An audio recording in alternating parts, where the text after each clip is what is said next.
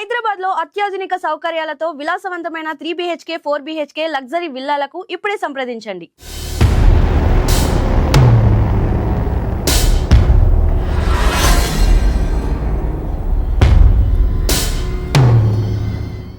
లేపాక్షిలో 500 ఏళ్ల చరిత్ర, అడుగడుగునా అద్భుతమైన శిల్పకళా చాతుర్యం. కానీ అదే ప్రాంగణంలో ఉన్న ఒక అసంపూర్ణ కళ్యాణ మంటపం నిర్మాణం వెనుక శతాబ్దాలుగా ఒక భయంకరమైన విషాద గాథ వినిపిస్తూ ఉంది.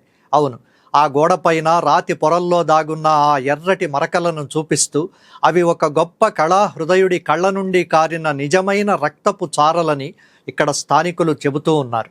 రాజద్రోహ నేరం మీద పడ్డంతో తన నిజాయితీని నిరూపించుకోవడానికి ఆ ఆలయాన్ని నిర్మిస్తున్న విరుపಣ್ణ తన చేతులతో తనే కళ్ళు పీకేసుకుని గోడకు కొట్టుకున్నాడన్నది తరతరాలుగా వినిపిస్తున్న ఒక కన్నీటి గాథ.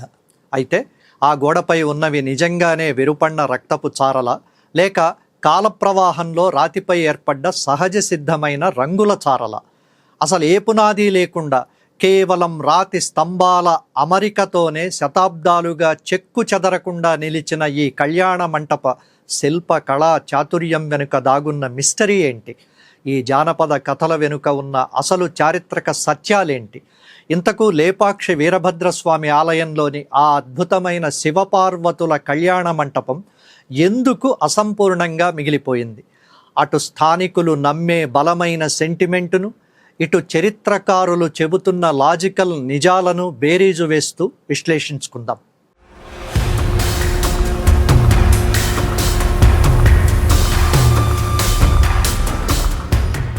ఆంధ్రప్రదేశ్లోని శ్రీ సత్యసాయి జిల్లా, ఒకప్పుడు అనంతపురం జిల్లాలో ఉన్న లేపాక్షి అనగానే మనకు వేలాడే స్తంభం, ఏకశిలా నంది గుర్తొస్తాయి. కానీ ఆలయం వెనుక భాగంలో ఉన్న అసంపూర్ణ కళ్యాణ మంటపం దగ్గరికి వెళితే అక్కడ గైడ్లు, స్థానికులు ఒక గుండెలు పిండేసే కథ చెబుతూ ఉంటారు. 16వ శతాబ్దంలో విజయనగర సామ్రాజ్యాన్ని అచ్యుతరాయలు పాలిస్తున్న కాలం అది. పెనుగొండ సంస్థానంలో విరుపಣ್ణ కోశాధికారిగా ఉండేవాడు. ఆయన పరమ శివభక్తుడు. తనకు కలలో వచ్చిన ఒక అద్భుతమైన ప్రదేశంలో రాజుగారి అనుమతి లేకుండా ప్రభుత్వ ఖజానాలోని ధనాన్ని ఉపయోగించి ఈ వీరభద్రస్వామి ఆలయాన్ని నిర్మించడం ప్రారంభించాడు. ఆలయం అద్భుతంగా రూపుదిద్దుకుంటోంది. శివపార్వతుల కళ్యాణ మహోత్సవం కోసం ఎంతో ప్రతిష్టాత్మకంగా ఒక కళ్యాణ మంటపాన్ని నిర్మించడం మొదలుపెట్టాడు. ప్రతి గొప్ప పని వెనుక కొంతమంది శత్రువులు తయారవుతారు. విరుపಣ್ణ విషయంలోనూ అదే జరిగింది. విరుపಣ್ణ మీద అసూయతో కొందరు శత్రువులు రాజు చెవిలో విషం పోశారు. రాజా, విరుపಣ್ణ మీ అనుమతి లేకుండా ఖజానా అంతా లూటీ చేసి సొంతంగా గుడి కడుతున్నాడు, మీ అధికారాన్నే సవాలు చేస్తున్నాడని నూరిపోశారు. విచారణ లేకుండానే అది నమ్మిన అచ్యుతరాయలు తీవ్ర ఆగ్రహంతో రాజద్రోహి అయిన విరుపಣ್ణ కళ్ళు పీకేయండి అని కఠిన శిక్ష విధించాడు. స్థానికుల కథనం ప్రకారం రాజాజ్ఞ గురించిన వార్త విన్న విరుపಣ್ణ తీవ్ర మనస్తాపానికి గురయ్యాడు.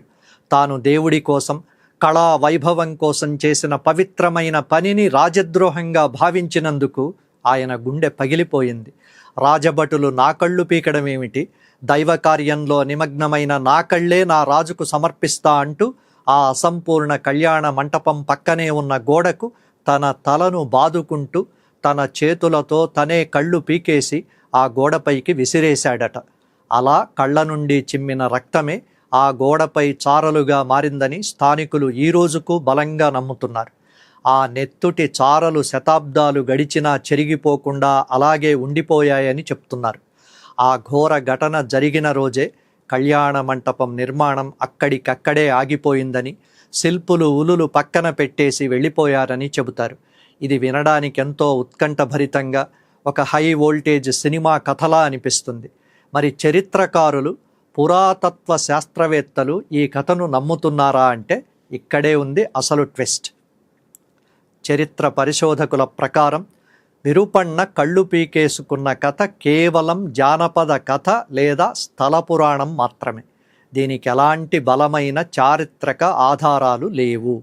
చరిత్ర పుస్తకాలు, శాసనాలు పరిశీలిస్తే కొన్ని ఆసక్తికరమైన నిజాలు బయటపడతాయి.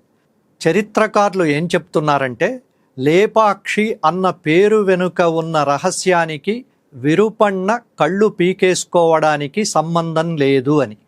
ఈ ఆలయం కట్టడానికి 100 ఏళ్ల ముందే ప్రాచీన శాసనాల్లో ఈ గ్రామం పేరు లేపాక్ష్య లేదా లేపాక్షి అని ఉంది.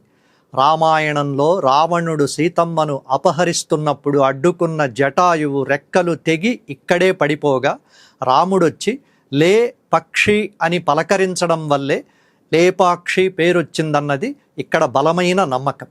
ఆ ఎర్రటి చారల వెనుక ఏమి సైన్స్ దాగుందో చూడాలి.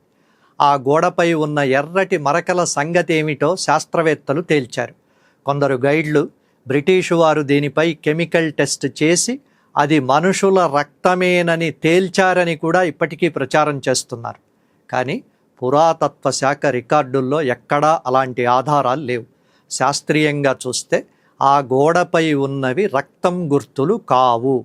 ఆ రాళ్లల్లో ఉండే ఐరన్ ఆక్సైడ్ అంటే ఇనుప ఖనిజం లేదా ప్రాచీన కాలంలో ఆలయం పైకప్పులపై చిత్రాల కోసం వాడే సహజ సిద్ధమైన రంగులు అంటే మినరల్ కలర్స్ చారలు మాత్రమేనని సైన్స్ చెబుతోంది. కాలక్రమేణా వర్షానికి గాలికి ఆ రంగులు కారి కారి అలా మరకల్లా మారిపోయాయి అంతే.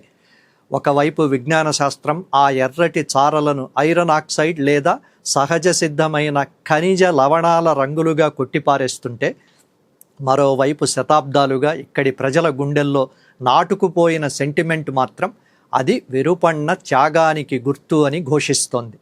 చరిత్ర పుస్తకాల్లోని లిఖితపూర్వక ఆధారాలకు స్థానిక జనబాహుళ్యంలో బతికున్న నమ్మకాలకు మధ్య ఉన్న ఈ సన్నటి గీతను అర్థం చేసుకున్నప్పుడే లేపాక్షి అసలు రహస్యం మనకు బోధపడుతుంది. సరే, విరుపన్న తన కళ్ళను తానే పెరికేసుకోకపోతే ఈ అద్భుతమైన శివపార్వతుల కళ్యాణ మంటపం మధ్యలో ఎందుకు అసంపూర్ణంగా ఆగిపోయింది? దీనికి చరిత్రకారులు ఒక లాజికల్ చారిత్రక కారణాన్ని చెబుతారు. విజయనగర సామ్రాజ్యంలో అచ్యుతరాయల పాలన చివరి దశకొచ్చేసరికి అంతర్గత యుద్ధాలు, రాజకీయ అస్థిరత పెరిగిపోయాయి. పెనుగొండ ప్రాంతంలో కూడా యుద్ధ వాతావరణం ఉంది. ఆలయ నిర్మాణానికి నిధుల కొరత ఏర్పడడం లేదా హఠాత్తుగా జరిగిన రాజకీయ మార్పుల వల్ల ఈ కళ్యాణ మంటపం పైకప్పు అంటే రూఫ్ వేయకముందే పనులు ఆగిపోయి ఉండొచ్చు.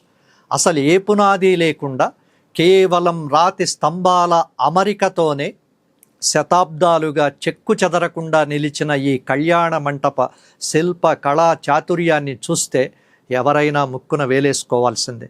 ఒకవేళ ఈ నిర్మాణం కనుక పూర్తయి ఉంటే విజయనగర సామ్రాజ్య శిల్ప కళా వైభవానికి ఇది మకుటాయమానంగా నిలిచి ఉండేదనడంలో సందేహం లేదు. అంతటి అద్భుత కట్టడం మధ్యలోనే ఆగిపోవడానికి కేవలం ఒక కోశాధికారిపై వచ్చిన నిందలే కారణమా, లేక ఆ కాలంలో జరిగిన రాజకీయ కుట్రలు, యుద్ధాల వల్ల నిధులు నిలిచిపోయాయా అనే కోణంలో కూడా మనం లోతుగా ఆలోచిస్తేనే ఈ నిజాలన్నీ బయటపడతాయి. అయితే ఈ మంటపం అసంపూర్ణంగా మిగిలిపోయినా ఇక్కడి శిల్పకళ ప్రపంచంలోనే అగ్రగణ్యమైంది. ఒకసారి ఈ మంటపంలోకి అడుగు పెడితే సాక్షాత్తు శివపార్వతుల పెళ్లికి మనం కూడా హాజరయ్యామా అన్న అనుభూతి కలుగుతుంది. చరిత్ర చెప్పే నిజాలు ఒకలా ఉంటే స్థానికులు నమ్మే సెంటిమెంట్స్ మరోలా ఉన్నాయి. విరుపన్న తన కళ్ళను తనే పెరికేసుకున్న కథ నిజమా అబద్ధమా అన్న విషయాన్ని పక్కన పెడితే ఆ కథ వెనుక ఉన్న ఆవేదన, ఆ శిల్పుల కష్టం మాత్రం అక్షర సత్యం. 500 ఏళ్ళు దాటినా ఇప్పటికీ ఆ అసంపూర్ణ కళ్యాణ మంటపం మనల్ని పలకరిస్తూనే ఉంది. మీరు ఎప్పుడైనా లేపాక్షి వెళితే ఆ గోడ మీదున్న రక్తపు చారలను కేవలం ఒక మూఢనమ్మకంగా చూడకండి. ఆ అద్భుతమైన ఆలయాన్ని మనకు అందించిన విరుపన్న అనే మహానుభావుడి భక్తికి, త్యాగానికి గుర్తుగా భావించండి. లేపాక్షి అసంపూర్ణ కళ్యాణ మంటపం వెనుక ఉన్న చారిత్రక సత్యాలను, స్థానికుల సెంటిమెంటును రెండిటినీ చూశాం. చరిత్ర సృష్టించిన ఇలాంటి మరిన్ని అద్భుతమైన చారిత్రక రహస్యాలతో మళ్ళీ కలుద్దాం. ఈ వీడియోను లైక్ చేయండి, షేర్ చేయండి. ఇలాంటి మరిన్ని ఇంట్రెస్టింగ్ విషయాల కోసం ధాత్రి టీవీని సబ్స్క్రైబ్ చేసుకోండి. లేపాక్షి గురించి మీ అభిప్రాయాలను కామెంట్ సెక్షన్లో పంచుకోండి. ఫేస్బుక్, ఇన్స్టాగ్రామ్, ఎక్స్లో ధాత్రిని ఫాలో అవ్వండి. పక్కనున్న బెల్ ఐకాన్ను క్లిక్ చేయండి.